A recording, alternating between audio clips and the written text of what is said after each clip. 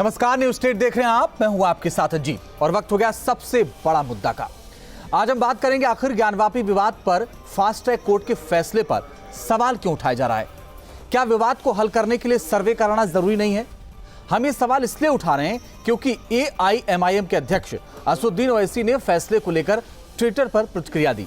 ओवैसी ने आदेश की वैधता पर सवाल उठाते हुए लिखा है कि SI हिंदुत्व के हर प्रकार के झूठ के लिए मिडवाइफ की तरह काम कर रही है। कोई भी इससे निष्पक्षता की उम्मीद नहीं करता है। All India Muslim personal law board के सदस्य जफर याब जिलानी ने भी फैसले को गलत बताया है। बड़ा सवाल यह है कि क्या कुछ लोगों की हर फैसले पर सवाल उठाने की आदत पड़ गई है? आखिर पुरातत्विक विभाग के सर्वेक्षण से समस्या क्या है? क्या ये लोग विवाद के समाधान से डर रहे हैं? क्या इनको लोगों को अपनी दुकान बंद होने का डर सता रहा है? चर्चा करेंगे इसी पर आज, लेकिन पहले आपको एक रिपोर्ट दिखाते हैं।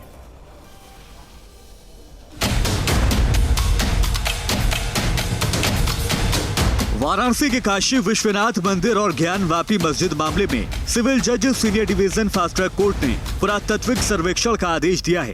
आर्कियोलॉजिकल सर्वे ऑफ इंडिया यानी ASI को सर्वे करने की जिम्मेदारी सौंपी गई है। हिंदू पक्ष का दावा है कि इस विवादित ढांचे के नीचे ज्योतिर्लिंग है।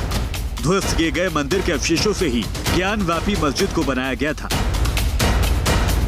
कि ये पूरे ज्ञानवापी परिसर में विश्वेश्वर ज्योतिर्लिंग मंदिर था, जिसे 1669 में धार्मिक विद्वेष के कारण औरंगजेब बादशाह के फरमान से तोड़ दिया गया था। ASI को अब ये पता लगाना है कि ज्ञानवापी मस्जिद के नीचे और आसपास के पूरे इलाके में पुरातत्विक लिहाज से है क्या। अयोध्या में श्री राम जन्मभूमि मंदिर मामले में भी सुप्रीम कोर्ट ने ASI की रिपोर्ट को विश्वसनीय माना था। ज्ञानवापी परिसर के सर्वेक्षण का कार्य भारतीय पुरातत्व सर्वे आता है, तो भारतीय पुरातत्व सर्वेक्षण एक वेल इक्विप्ड संगठन है।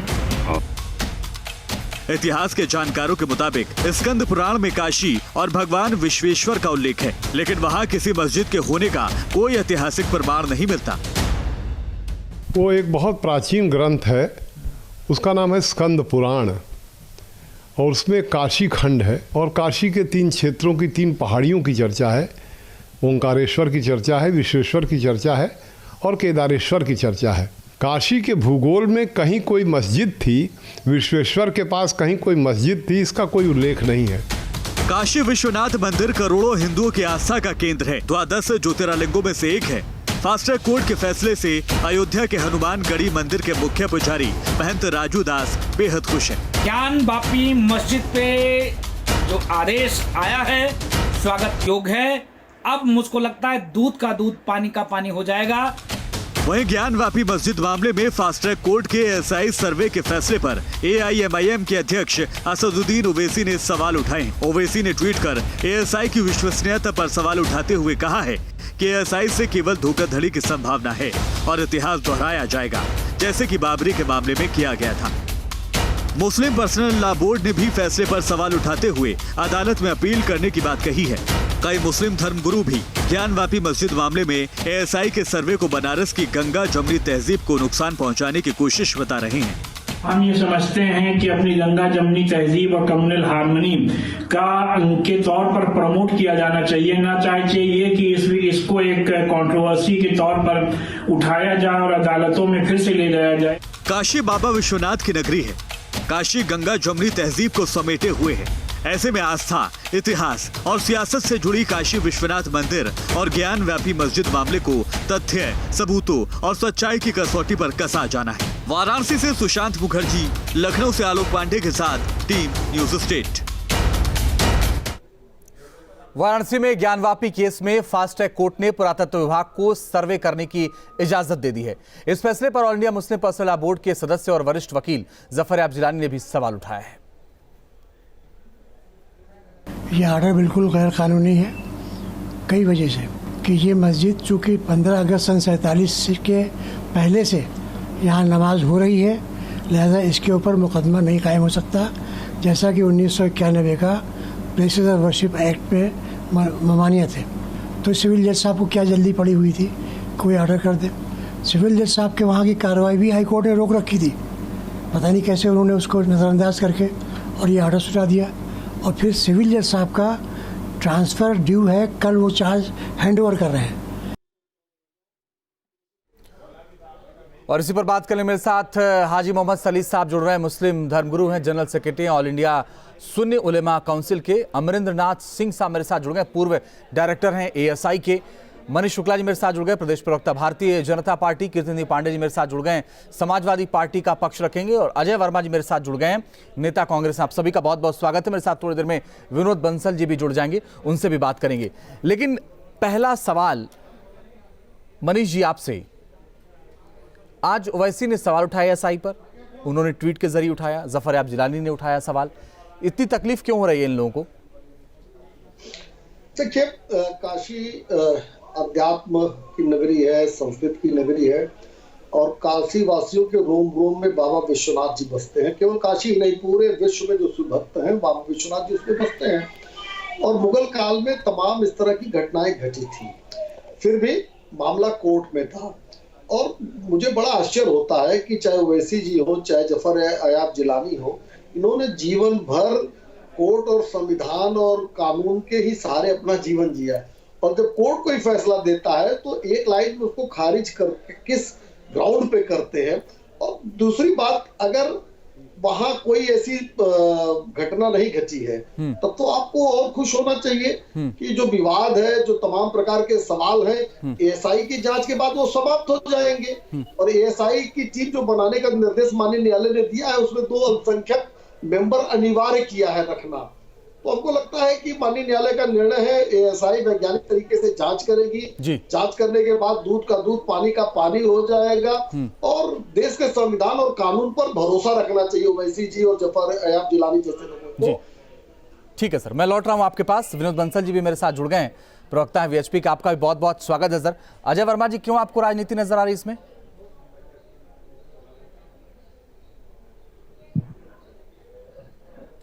अजय वर्मा जी, आपको राजनीति क्यों नजर आ रही है इसमें? जी, हमें राजनीति नजर नहीं आ रही। एक्चुअली में हमें इसमें राजनीति नजर नहीं आ रही रंजीत जी। हमको ये लगता है कि Owaisi the B part of the BJP, क्योंकि इस वक्त 5 स्टेटों में चुनाव चल रहे हैं और उत्तर प्रदेश में भी जिला पंचायत के चुनाव शुरू हो गए हैं। तो इनको ऐसा कोई मुद्दा चाहिए जो मुख्य मुद्दों से भटका कर, जैसे महंगाई, बेरोजगारी, काला धन, कोविड, और सबसे खतरनाक तो कोविड है इस वक्त, इन सब से भटका कर ऐसे मुद्दे पर कर दें कि जहां पॉलिटिसाइज किया जा सके, चुनाव का केंद्रीकरण और विकेंद्रीकरण किया जा सके। ये सरकार और ये बीजेपी के वीर और बयान भी रंजीत जी ना टाइमिंग देखते हैं, ना स्थिति देखते हैं, ना हालात देखते हैं, कुछ नहीं देखते हैं। और बस इनका एजेंडा रहता है फिट कि जब भी आप उठा के देख लीजिए, सारी घटनाएं, जब भी कोई घटना छत्तीसगढ़ सुकमा टाइप या कश्मीर टाइप होती है, चुनावों के टाइम क्यों होती हैं? सारे ऐसे फैसले चुनावों के टाइम क्यों आते हैं? ये कोइंसिडेंटली नहीं है, ये एक प्रयोग है। और इस प्रयोग को वो सारे मुद्दों से भटकाकर 136 करोड़ लोगों को बेवकूफ बनाकर किस तरह से ये करना। देखिए, हम भी हिंदू हैं, शिव हमारे मन में भी बसते हैं, लेकिन ये सर्टिफिकेट बांटने का काम 136 करोड़ लोगों को देश। मैं आता हूं अजय वर्मा जी, मैं आता हूं आपके पास, मैं आता हूं सर आपके पास। विनोद बंसल जी, ना और मुद्दे देखेंगे। इतनी ज्यादा तकलीफ लोगों को क्यों हो रही है? भाई ठीक है, अगर सच यही है जो ओवैसी बोल रहे हैं या जो बाकी लोग बोल रहे हैं, तो सच सामने आ जाए, उससे दिक्कत क्यों हो रही है? आनुवांशिक संगठन नहीं जी, बिल्कुल आप ठीक कर रहे हैं। देखिए, मेरा कहना यह है कि डर उन्हीं को होता है जिनके घर में चोर होता है।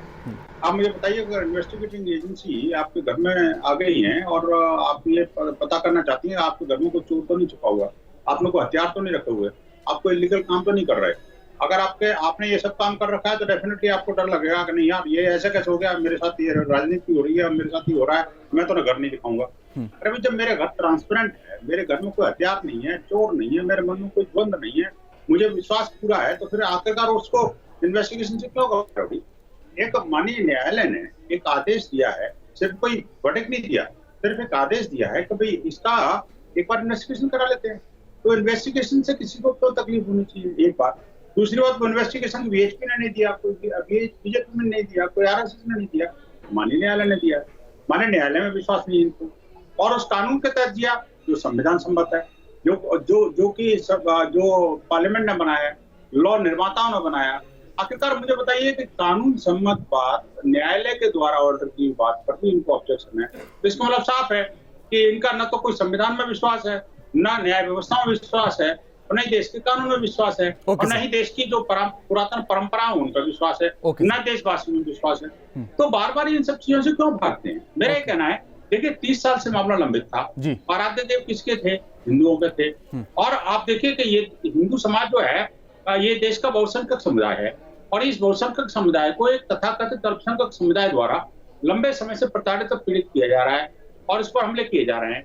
ये दुनिया का पहला देश है, और इसके बावजूद भी अगर बहुसंख्यक समुदाय न्याय के लिए तो न्यायालय की गुहार लगाता है तो इनको ऑब्जेक्शन होता है। मुझे समझ में नहीं आता आखिरकार ये चाहते क्या है। सलील साहब बताइए, ओवैसी साहब को क्यों इतनी दिक्कत हो रही है? पॉलिटिकल पार्टी के लोग हैं, ये अपने आप कहते हैं कि सर्टिफिकेट पार्टी, आप खुद बार बार इनको कहना पड़ता है कि मैं हिंदू हूँ, मेरे भी सिर में आस्था। भाई कहने की क्या आवश्यकता है? अगर है तो है ना, मैंने तो ऑब्जेक्शन नहीं किया, किसी के पैनलिस्ट ने तो नहीं कहा आप हिंदू नहीं। बोले सलील साहब। लेकिन आपको सर्टिफिकेट। ओके ठीक है, विनोद जी मुझे एक दो मिनट का वक्त दीजिए, एक सवाल सबसे ले लूं फिर आपके पास आता हूँ। ओके बोले सलील साहब जी, ओवैसी साहब को क्यों दिक्कत है? अगर सच सामने आ जाएगा इससे किसी को दिक्कत होनी चाहिए क्या? जी ओवैसी साहब को दिक्कत नहीं है। जो सुप्रीम कोर्ट ने, माननीय सुप्रीम कोर्ट ने भी पिछले दिनों बाबरी मस्जिद के ताल्लुक से जो अपना फैसला दिया, उस फैसले में उन्होंने ये एक्सेप्ट किया कि ये जो बैठे हुए विनोद बंसल साहब और इनके जैसे तमाम भगवाधारी पूरे देश में ये प्रचार करते रहे कि साहब राम जी के मंदिर को तोड़ करके बाबरी मस्जिद बनाई गई और वहाँ पर रामलला का मंदिर था, फलाना था। लेकिन जब सुप्रीम कोर्ट ने इसको कहा कि नहीं, वहाँ कोई मंदिर तोड़ करके कोई मस्जिद बनाई नहीं गई है, तो जब सुप्रीम कोर्ट ने ये एडमिट कर लिया था कि मस्जिद जो है वो अपनी जगह पर बनी है, किसी मंदिर को तोड़ करके नहीं बनी है, तो समझ से परे बात है कि सुप्रीम कोर्ट ने उस मस्जिद में रामलला को एक पट्टार मान करके उस मस्जिद की जगह को देकर 5 एकड़ जगह दूसरी जगह पर शिफ्ट की गई। ये एक तरह का बुलावा है पूरे देश के साथ। फ्री में जगह मिल गई आपको ना पैसा देना पड़ा, फ्री में जगह कहा को मिल गई, आपने जबरदस्ती हमारी जगह को हथिया दिया। जब फ्री में जगह मिल गई नहीं है तो आज आपकी सत्ता है, आज आपके पास लाठी है, आज आपकी भैंस है, आपको समझ में आ करिए क्योंकि तुमको आपको जमीन लेनी नहीं चाहिए। मैं तो एक शेर के साथ अपनी बात कह देना चाहता हूँ पूरी। नहीं जनाब आपको जो न्यायालय ने जिस प्रकार से लकार लगाई थी, न्यायालय ने ये माना था कि मस्जिद किसी भी मंदिर को तोड़कर नहीं बने, कोई ऑब्जेक्ट नहीं। आज आप एक नया ड्रामा लेकर आ गए, प्रतिक्रिया कर रहे हैं, आप टिप्पणी कर रहे हैं, आपको शर्म आनी चाहिए कम से कम। कोर्ट में प्रतिक्रिया क्यों नहीं करेंगे? कोर्ट क्या संविधान के ऊपर रहेगा? 5 लोगों का उन्होंने पैनल बनाया है, 5 में से 2 मुसलमान, 5 लोगों का पैनल बनाया है जिसमें ये कोर्ट ने जो SIT की रिपोर्ट कैसे एडमिट किया, जब कोर्ट ये खुद ही कह रहा है अपने फैसले में मतदान बातें कर रहा है कि एक तरफ कह रहा है कि कोई मंदिर तोड़कर मस्जिद नहीं बनाई गई, दूसरी तरफ कोर्ट जो है हमको ये बता रहा है कि रामलला को दे दिया, एक मूर्ति को उन्होंने पार्टी बना दिया। ये देश के संविधान के साथ खिलवाड़ किया तो और क्या आएगा? और फिर जब चलिए सर, आप दोनों के पास आता हूं। मेरे पास 2 मेहमान और बचे हैं, मैंने एक भी सवाल नहीं पूछा, एक सवाल उनसे ले लूं फिर आप सबके पास आ जाऊंगा। कीर्ति पांडे जी, आप बीच में बोल रहे थे लेकिन आपकी बात नहीं आ पाई थी, आप बोलिए क्या कह रहे हैं?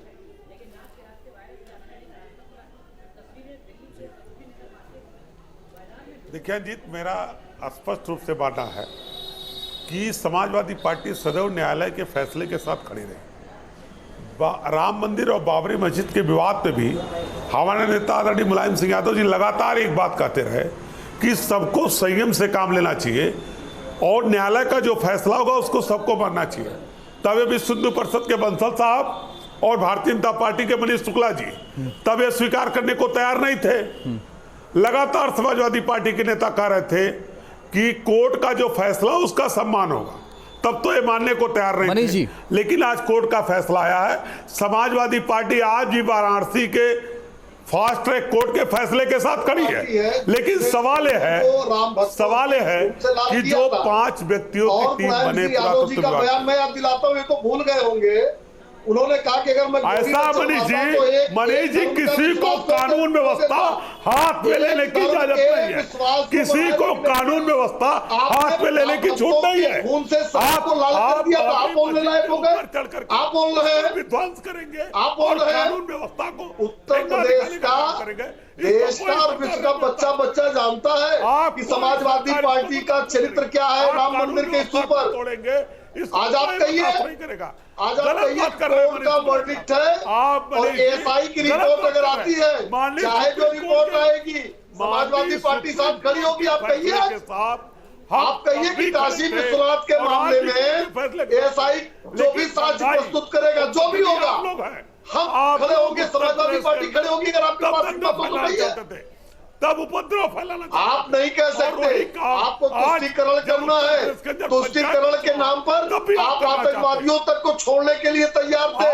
माननीय उच्च न्यायालय ने आपको डांटा था, आपके नेता अखिलेश यादव को।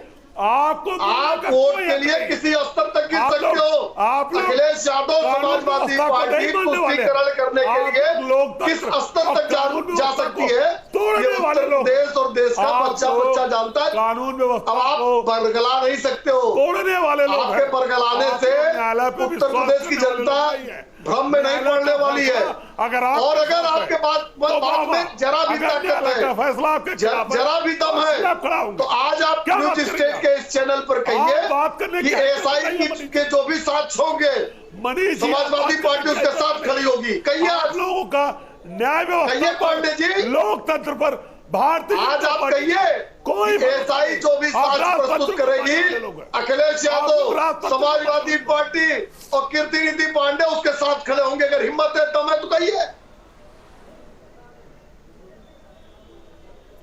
देखिए मनीष जी, जो बात हमारे नेता आदरणीय मुलायम सिंह यादव लगातार मैं आज कह रहा हूं। चलिए सर, मैं आप दोनों के पास आता हूँ। विनोद जी आ रहा, मुझे बस 1 मिनट का वक्त दीजिएगा। मैं आ रहा हूँ विनोद जी, मैं आ रहा हूँ। और आप बने रहिए सर। मेरे साथ अमरेंद्रनाथ सिंह भी जी हैं, पूर्व डायरेक्टर हैं एएसआई के। अमरेंद्रनाथ जी, मैं एक बात आपसे समझना चाहता हूं सर। माननीय अदालत ने एक फैसला दिया, कहा कि एएसआई के 5 सदस्य इसका सर्वे करें और रिपोर्ट दे दें। वो सर्वे कैसे होगा, क्या होगा, अगर आप दर्शकों को समझाएं।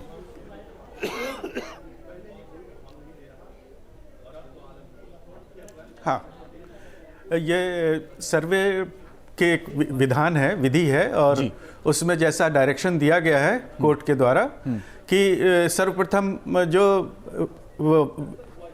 परिसर में जितने भी स्मारक हैं, बिल्डिंग्स हैं, स्ट्रक्चर्स हैं, उनका डॉक्यूमेंटेशन होगा। और वो डॉक्यूमेंटेशन हमें जैसे हम करते आए हैं, इससे पहले भी करते आए हैं, किसी भी इलाके में जब हम खुदाई का काम करते हैं या सर्वेक्षण का, तो प्रॉपर डॉक्यूमेंटेशन। और यहाँ एग्जिस्टिंग स्ट्रक्चर्स इतने सारे हैं और अवशेष, पुरातात्विक अवशेष जो सतह पर दिखाई पड़ते हैं, उन सब का विश्लेषण होगा और उनकी लोकेशनल एनालिसिस होगी। जिस लोकेशन पर वो स्थित हैं, जैसे नंदी, जो विशालकाय नंदी जो स्थिति है, वो अपनी जगह पर स्थित है, जैसे जहाँ पर मंदिर, उसके साथ कोई छेड़छाड़ नहीं की गई है। उसी तरह से जो बिल्डिंग है ज्ञानवापी, उस स्ट्रक्चर में जो स्थापत्य के दृष्टिकोण से किस प्रकार के स्तंभ लगे हुए हैं, वो पुराने स्ट्रक्चर्स को तोड़े गए हैं और उनके अवशेषों को उसमें इस्तेमाल किया गया है।